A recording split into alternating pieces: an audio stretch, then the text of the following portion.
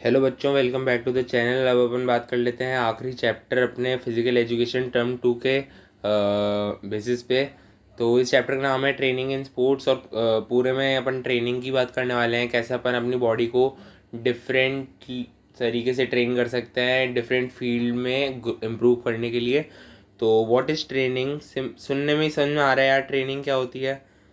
Preparation of sports person based on scientific principle aim to improve and maintain high performance। ठीक है। Different sports activities में आपकी high performance को maintain करने के लिए या फिर इम्प्रूव करने के लिए उसके अंदर जो आप प्रिपरेशन करते हो उसी को अपन ट्रेनिंग कहते हैं। अब स्ट्रेंथ किसको कहते हैं ये भी जान लेते हैं। Strength is defined as the amount of force a muscle or a group of muscle can exert। इसमें अपन मसल स्ट्रेंथ के बारे में भी बात कर रहे हैं, ठीक है। टाइप्स ऑफ स्ट्रेंथ क्या क्या होती है, ठीक है। स्टैटिक स्ट्रेंथ होती है, डायनेमिक स्ट्रेंथ होती है। स्टैटिक स्ट्रेंथ में क्या होता है, ability of muscle to act against resistance. जैसे कोई एक तरफ से धक्का लगा रहा है और आप उल्टी तरफ धक्का लगा रहे हैं तो आपकी स्टैटिक स्ट्रेंथ हो गई, है ना। डायनेमिक स्ट्रेंथ में क्या होता है, it is the ability. Dynamic मतलब जब मोशन हो रहा है, मोशन हो रहा है मतलब टाइम हो रहा है, ठीक है। मोशन के साथ साथ टाइम चलता है ना।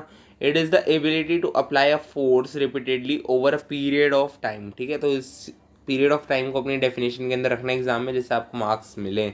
और मैक्सिमम स्ट्रेंथ होती है जब आप अपनी मैक्सिमम स्ट्रेंथ लगा दें। जैसा सुनने को मिल रहा है वैसा का वैसा ही आपने को लिखना है। बहुत ज़्यादा इजी कॉन्सेप्ट्स हैं, बस नाम से ही आपको समझ में आ जाएगा। अब अपन एक्सप्लोसिव और मैक्सिमम स्ट्रेंथ का एग्जांपल है वेट लिफ्टिंग। मान लो आपने बहुत सारा वेट लगा दिया और आपने उसमें अपनी पूरी स्ट्रेंथ लगाई और उस वेट को उठाया, तो जो आपने स्ट्रेंथ यूज़ करी वो आपकी मैक्सिमम स्ट्रेंथ होगी, है ना। और एक्सप्लोसिव स्ट्रेंथ होती है जो आप हाई स्पीड में करते हो। जैसे आपने ज़ोर से किसी को चांटा मारा, ज़ोर से आपने बॉल फेंकी, और ये जो होता है ये शॉर्ट टर्म होता है, मतलब आपने बस कर दिया, है ना। जैसे आपने एक बहुत लंबी जंप लगाई, एक्सप्लोसिव सुनने में लग रहा है ना, एक्सप्लोसिव है ना, मतलब तेज़ या फिर ज़्यादा। समझ रहे हो, मतलब इस नाम से याद रखना है इस चीज़ को, ठीक है। Overcome resistance with high speed, जैसे मैंने बोला ज़ोर से मतलब तेज़ स्पीड, है ना। स्ट्रेंथ एंड्योरेंस मतलब लंबी डिस्टेंस को पार करने की स्ट्रेंथ, है ना। तो कैसे अपन बात करते हैं इसकी, जैसे आप मान लो आपने लंबा डिस्टेंस आपको भागना है या फिर स्विम करना है, तो उसमें जैसे एंड्योरेंस का मतलब होता है, बच्चों ध्यान से सुनना, सहनशीलता। ये क्या हो गया, सहनशीलता।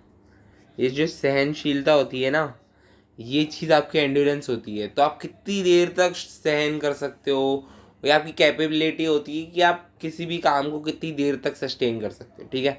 अब अपन बात कर लेते हैं मेथड्स ऑफ इम्प्रूविंग स्ट्रेंथ, ठीक है। 3 मेथड्स हैं, आइसो मेट्रिक, आइसोटोनिक और आइसोकाइनेटिक, ठीक है। तो आइसोमेट्रिक में क्या होता है, आप ये शो नहीं होती ये चीज़, जैसे आप मान लो पंजा लड़ा रहे हो किसी से, या फिर अपन आर्म रेसलिंग कहते हैं, तो उस टाइम वो मूवमेंट नहीं हो रहा होगा लेकिन आपकी मसल में टेंशन बनी हुई है, तो आपकी स्ट्रेंथ को किसी ना किसी तरह से इम्प्रूव कर रहे हैं ना। और आइसोटोनिक में क्या होता है, आपकी मसल्स कंटिन्यूसली कॉन्ट्रैक्ट होती है, रिलैक्स होती है। जैसे आप डंबल्स के रैप्स मारोगे तो आप पहले उसको ऊपर लाओगे कॉन्ट्रैक्ट, नीचे ले जाओगे रिलैक्स, ठीक है। तो इसमें आपकी मसल्स लॉन्गेटेड होती है, शॉर्ट एंड होती है ना, और ये आपकी मसल्स को टोन करने के लिए होता है, ठीक है। और आइसोकाइनेटिक में क्या होता है, आइसोकाइनेटिक में आप कंटिन्यूस मोशन होता है आपकी मसल्स का, जिसमें आपकी एक्सटेंसर और फ्लेक्सर मसल्स कंटिन्यूस मोशन में होती है, ठीक है। और कंटिन्यूस मोशन कब होता है, जब आप साइकिलिंग कर रहे हो या आप रनिंग कर रहे हो या कोई ऐसा कंटिन्यूस काम कर रहे हो जो आपकी मसल्स रेगुलरली वर्क कर रही है, ठीक है। तो उस तरह के स्ट्रेंथ इम्प्रूविंग टेक्निक को अपन आइसोकाइनेटिक एक्सरसाइज कहते हैं। अपन बात करते हैं एंड्योरेंस की। एंड्योरेंस जैसा कि मैंने आपको बताया, एबिलिटी टू सस्टेन और कंटिन्यू दी एक्टिविटी, ठीक है। किसी भी एक्टिविटी को करते रहना, कंटिन्यू करते रहना, है ना। और टाइप्स ऑफ एंड्योरेंस के अंदर होता है speed endurance, strength endurance, long term endurance. Speed endurance अपन ने अभी बात करी ली। स्पीड एंड्योरेंस होती है अपनी स्पीड को लंबे समय तक मेंटेन करके रखना। स्ट्रेंथ एंड्योरेंस होती है लंबे समय तक अपनी स्ट्रेंथ को बचाए रखना या फिर लगाए रखना, कितनी टाइम तक आप उसको कर सकते हो, है ना। लॉन्ग टर्म एंड्योरेंस के अंदर आता है लंबा रन करना या लंबा स्विम करना या फिर लंबा साइकिलिंग करना, या फिर ये सब चीज़ें इसके अंदर आती है। मेथड्स टू इम्प्रूव एंड्योरेंस के अंदर आता है continuous training method. Continuous training method के अंदर आता है slow continuous training, fast continuous training और वेरिएबल कंटिन्यूस ट्रेनिंग। तो स्लो कंटिन्यूस के अंदर क्या होता है, आप बहुत धीरे धीरे रनिंग कर रहे हो और बहुत लंबे डिस्टेंस तक कर रहे हो, अराउंड 20 किलोमीटर, ठीक है। फास्ट कंटिन्यूस के अंदर होता है आप थोड़ा फास्ट रनिंग कर रहे हो लेकिन कम डिस्टेंस के लिए, 8 किलोमीटर मान लो या 4 किलोमीटर मान लो या 5 किलोमीटर मान लो, छोटा डिस्टेंस इसके कंपेरेटिवली, है ना। और वेरिएबल कंटिन्यूस ट्रेनिंग के अंदर आप दोनों तरह की ट्रेनिंग को एक साथ मिक्सअप करके करते हो, ठीक है। अब अपन बात कर लेते हैं अगले टाइप के मेथड की। तो वो है, थोड़ा कलर वलर बदलता है, इंटरवल ट्रेनिंग मेथड। और एक होता है HIIT। HIIT क्या होता है, हाई इंटेंस इंटरवल ट्रेनिंग। इसके अंदर क्या होता है, आप पहले वर्कआउट करते हो, ठीक है, आपने अच्छे से वर्कआउट करा, रेस्ट करा, फिर वर्कआउट करा, फिर रेस्ट करा, इस तरह से आप अपना इम्प्रूवमेंट करते हो। और इसको कहते हैं इंटरवल, क्योंकि आप बीच बीच में शॉर्ट इंटरवल का गैप दे रहे हो, इसलिए इसको इंटरवल ट्रेनिंग मेथड कहते हैं। अब अपन बात करते हैं अगले मेथड की, ठीक है, वो है फार्टलेग ट्रेनिंग मेथड। अब इसके अंदर क्या होता है, आप है ना, देखो यहाँ पे मैं आपको बताता हूँ, एक सेकेंड। जैसे आपने एक स्टार्ट पोजीशन रखी, इसको अपन S से नाम दे देते हैं। आप यहाँ से जा रहे हो, जा रहे हो, जा रहे हो, घूम रहे हो, घूम रहे हो, घूम रहे हो, घूम रहे हो, घूम रहे हो, यहाँ नदी पहाड़ सब जगह से, ये एंड पोजीशन, ठीक है। और यहाँ पर बीच में खाई आई, पहाड़ आए और फॉरेस्ट आया, लेक आई, सब आया यहाँ पे, है ना। तो इस ऐसी जगह पे आपको कभी रन करना पड़ेगा, स्विम करना पड़ेगा, और एक डेफिनेट टाइम आपको दिया जाता है जिसके अंदर आपको पहुंचना होता है अपने एंड तक।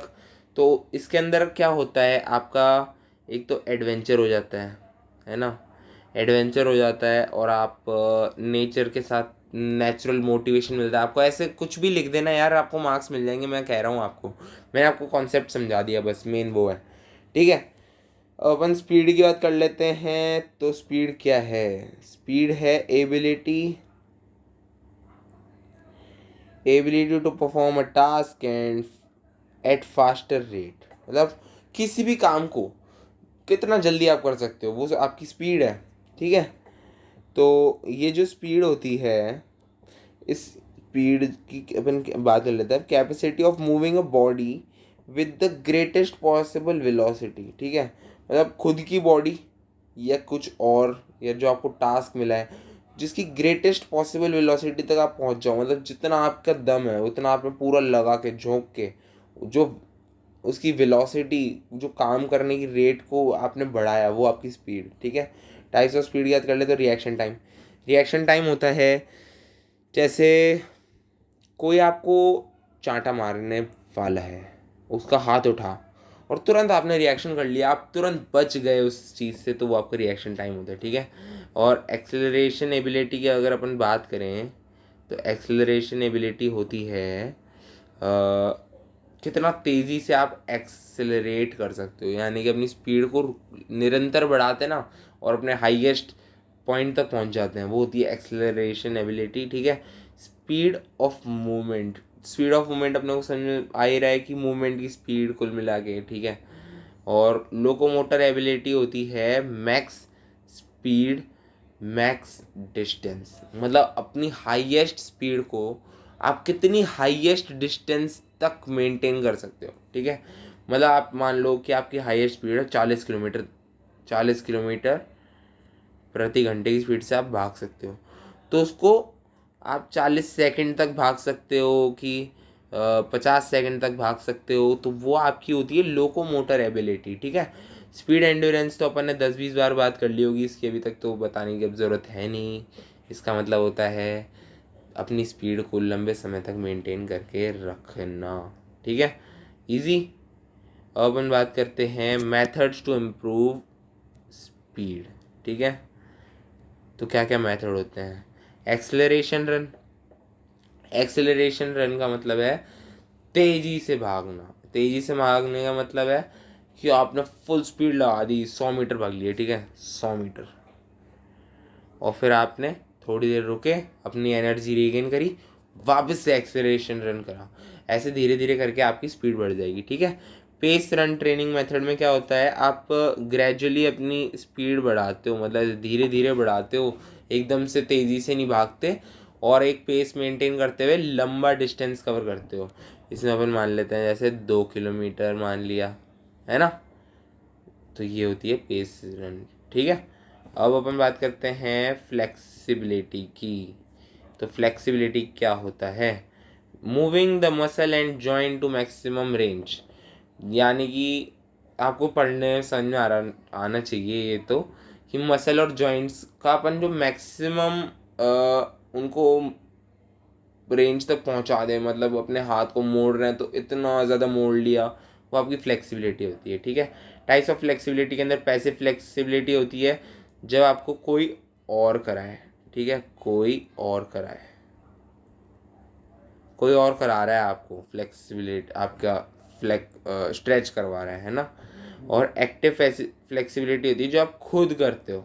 ठीक है, एक्टिव के भी दो पार्ट होते हैं, स्टैटिक और डायनेमिक। स्टैटिक यानी कि योगा, खड़े खड़े, और डायनेमिक यानी कि जिम्नास्टिक, डाइविंग, और जो भी स्पोर्ट्स अपने वो होते हैं ना, जैसे क्रिकेट में स्ट्रोक घुमाना है, बल्ले को घुमाना है, तो उसमें भी फ्लेक्सिबिलिटी काम आती है। तो वो जो मूवमेंट के साथ फ्लेक्सिबिलिटी काम आती है उसको डायनेमिक फ्लेक्सिबिलिटी कहते हैं। ठीक है, और मेथड्स ऑफ इम्प्रूविंग स्ट्रेंथ की बात करते हैं। ठीक है, ये कहाँ से आ गया, एक सेकेंड एक सेकेंड एक सेकेंड एक सेकेंड।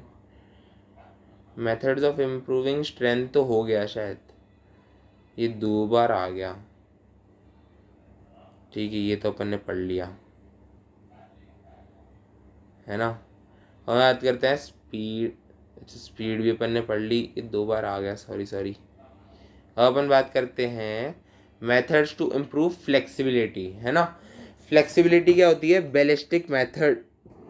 फ्लेक्सिबिलिटी अपन ने बात कर ली क्या होती है, तो पहला मेथड है बैलिस्टिक मेथड। ठीक है, stretching well moving like moving limbs. जैसे आपने देखा होगा गार्डन में अंकल घूम रहे हैं, और घूमते घूमते अचानक अपने हाथ ही घुमाने लग गए, तो उस टाइप की स्ट्रेचिंग जो होती है ना, जो अपन मूवमेंट के साथ करते हैं, उसको बैलिस्टिक मेथड कहते हैं। ठीक है, और static stretching method. Static stretching मतलब हो गया अपना योगा हो गया, जो अपन खुद से स्ट्रेच करते हैं। पैसिव स्ट्रेचिंग हो गया, जो कोई और अपने को कराता है। सिंपल अपन ने बात कर ली। PNF क्या होता है ये मैं आपको बताता हूँ, ये इंपॉर्टेंट भी है एग्जाम पॉइंट ऑफ व्यू से। Proprioceptive neuromuscular facilitation technique. ठीक है, बहुत लंबा चौड़ा नाम है, PNF याद रखना आप, और फुल फॉर्म भी याद कर ही लेना यार, बोर्ड चल रहे हैं तो इसके अंदर क्या होता है, एडवांस होती है ये, एडवांस एथलीट यूज़ करते हैं इसको टू गेन फ्लेक्सिबिलिटी। जैसे मैं क्या है, जूडो खेलने जाता था पहले, तो हम लोग भी आपस में ये टेक्निक करते थे, तब मेरे को पता नहीं था इसका नाम ये है। इसमें क्या होता है, आपका जो पार्टनर होता है ना, जो आपको स्ट्रेचिंग करवा रहा है, वो आपकी स्ट्रेचिंग पोजीशन को होल्ड करवाता है। ठीक है, जैसे आपने अपनी टांगों को स्ट्रेच कर लिया पूरा एकदम साइड में, और उसने क्या है, उसको होल्ड कर रखा है। मतलब आप अपने स्वयं इच्छा से इस चीज़ को कर नहीं सकते, क्योंकि वो बहुत मुश्किल होता है। मतलब समझ गए हो गए आप? चलो यार, मैं डायग्राम बना ही देता हूँ फिर भी। जैसे, एक सेकेंड, अरे यार, जैसे है ना, ये बंदा है, तो ये इसके हाथ है, और ये इसके पैर, इसने इतने खोल रखे हैं। ठीक है, और इसका जो पार्टनर है ना, उसने अपने पैर ऐसे लगा रखे हैं यहाँ पे। ठीक है, तो इसने क्या है, होल्ड करवा रखी है पोजीशन। तो ये जो होल्ड करा रखी है ना, इसी को कहते हैं PNF। ठीक है, अब लास्ट टॉपिक है कोऑर्डिनेटिव एबिलिटी। कोऑर्डिनेटिव एबिलिटी कुल मिला के वो होती है जिसमें आपका मूवमेंट जो है वो एक तो परफेक्शन से होता है और एफिशिएंसी से होता है। ठीक है, कोई भी टास्क आप एकदम परफेक्शन से करते हो। ठीक है, proper combination of strength, speed, endurance and flexibility during movement. ठीक है, मतलब कोई भी काम एकदम परफेक्शन से करना, इस एकदम स्मूथनेस से करना किसी भी काम को, वो ये होता है। ठीक है, और इसके ये सारे टाइप्स हैं। एडिट एडेप्टिव एबिलिटी है ना, तो एडेप्टिव एबिलिटी क्या होती है, आपने माहौल के हिसाब से, जैसे मान लो बारिश हो रही है और आपने बारिश में आपका पैर फिसल रहा है, लेकिन उस हिसाब से आपने एडेप्ट करा खुद को, फिर भी आपने एकदम अच्छे से उस टास्क को परफॉर्म करा। ठीक है, बैलेंस एबिलिटी, आपने बैलेंस करा, मान लो मतलब समझ में आ रहा है यार, ये तो बैलेंस करा आपने। रिदम एबिलिटी होता है कि आपने अपने काम को, यार ये मैं भूल गया, रिदम एबिलिटी है ना, ऐसे ही कुछ होता है कि अपने को रिदम के साथ करना होता है अपने दूसरे बॉडी पार्ट्स के साथ, है ना। नहीं नहीं नहीं, वो तो कपलिंग होता है। रिदम एबिलिटी पता नहीं यार क्या होता है, सॉरी यार। अब रिएक्शन एबिलिटी क्या होता है, आपने कोई भी एक्शन का रिएक्शन तुरंत करा, कुछ आपके सामने आया ऑब्स्टेकल और आपने उसको पार कर लिया, है ना, वो चीज़ होता है रिएक्शन एबिलिटी। कपलिंग एबिलिटी में क्या होता है, आप अपने डिफरेंट बॉडी पार्ट्स को साथ में कोऑर्डिनेशन बिठाते हो और फिर उस टास्क को अच्छे से परफॉर्म करते हो। सॉरी यार, ये रिदम एबिलिटी का मेरे को पता नहीं था, ये आप एक बार गूगल कर लेना। Bye bye. और यहाँ पर आपका ख़त्म होता है फिजिकल एजुकेशन टर्म 2 के सारे चैप्टर यहाँ पर ख़त्म हो चुके हैं। All the best to you guys. और फिजिकल एजुकेशन बहुत ज़्यादा इजी है, बस आपको लिखना आना चाहिए, आपके दिमाग में वर्ड्स होने चाहिए और थोड़ी बहुत इंग्लिश आपको आनी चाहिए, जो आप अपने मन से कुछ भी लिख दो, आपके मार्क्स पक्का आ जाएंगे। Okay guys bye. Okay guys bye bye. मेरी ज़बान लड़खड़ा रही है आजकल।